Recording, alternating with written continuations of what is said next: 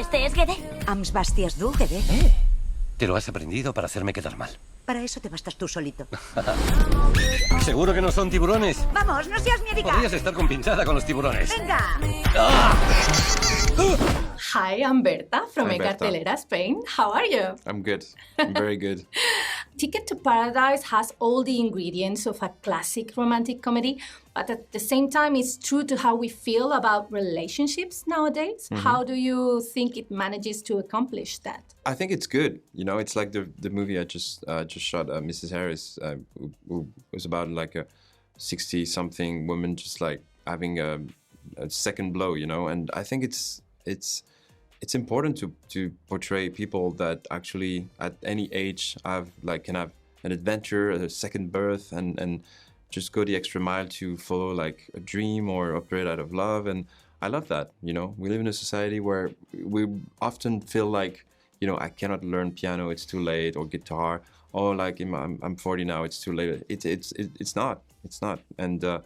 And so I always encourage like anybody, if you put your mind to it, you just can accomplish anything at any time. Of course, it's easier when you're young and you're a sponge and you have like still a bit of room in your brain to print something, but you can do anything if you just put your mind to it. And I feel like this movie is about just, you know, you're following an instinct, and it's their daughter is just an excuse for them to spend time together, because in the end they just love each other. We have to end that, you know, possibilities having an expiration date. It's silly and boring. It is. It is that, in that order.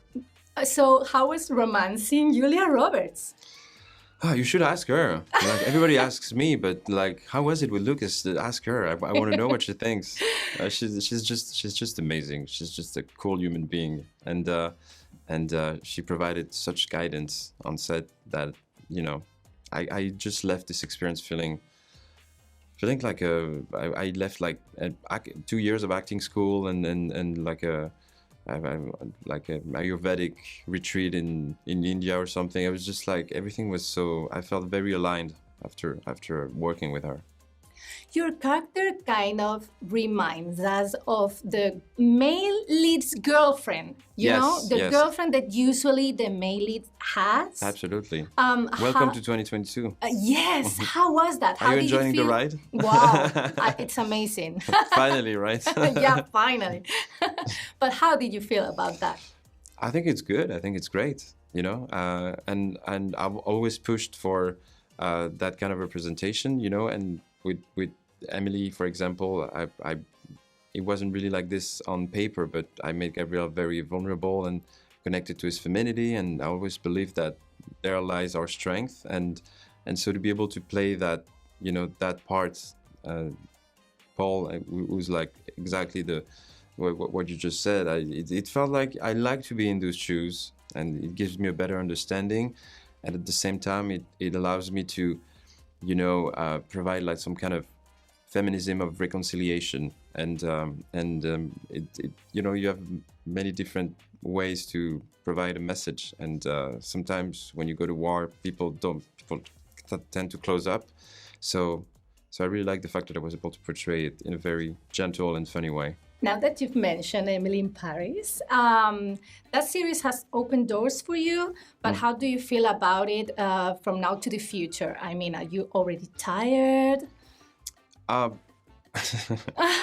You mean like physically? Yes, I'm still shooting it. It's been 4 months, and we had a lot of night shoots. I love this show. I love what he brought me.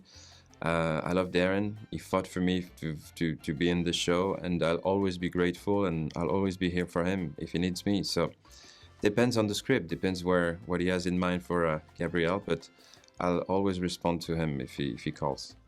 Thank you so much, Lucas. Thank you. It's Thank been you a for your pleasure. time. Vamos allá. ¿Cuál de ellos? Solo hay uno. Yo veo dos. Ah, sí. Oh, no. Papá, deja de hacer eso. Por Dios.